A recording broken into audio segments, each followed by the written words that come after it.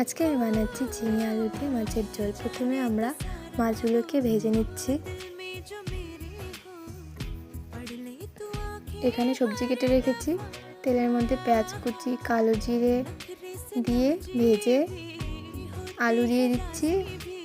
এরকম আলু দিয়ে একটু ভাজা ভাজা হলে লবণ দিয়ে দেব, ঝিঙে দিয়ে দেব। এখন সেটাকে ভালো করে ভাজতে হবে। হলুদ গুঁড়ো দিচ্ছি সামান্য।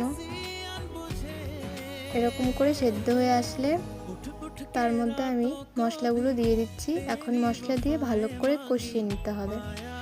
এরকম কষিয়ে যখন একটা কালার চলে আসবে ঠিক এই রকম, তখন আমরা জল দিয়ে দেব। জলটা ফুটে আসলে মাছ দিয়ে দিচ্ছি। মাছ দিয়ে একটু লবণ দিয়ে দিচ্ছি পরিমাণ মতো। তারপর ফুটে এলেই আমাদের ঝিঙে আলুর তরকারি রেডি।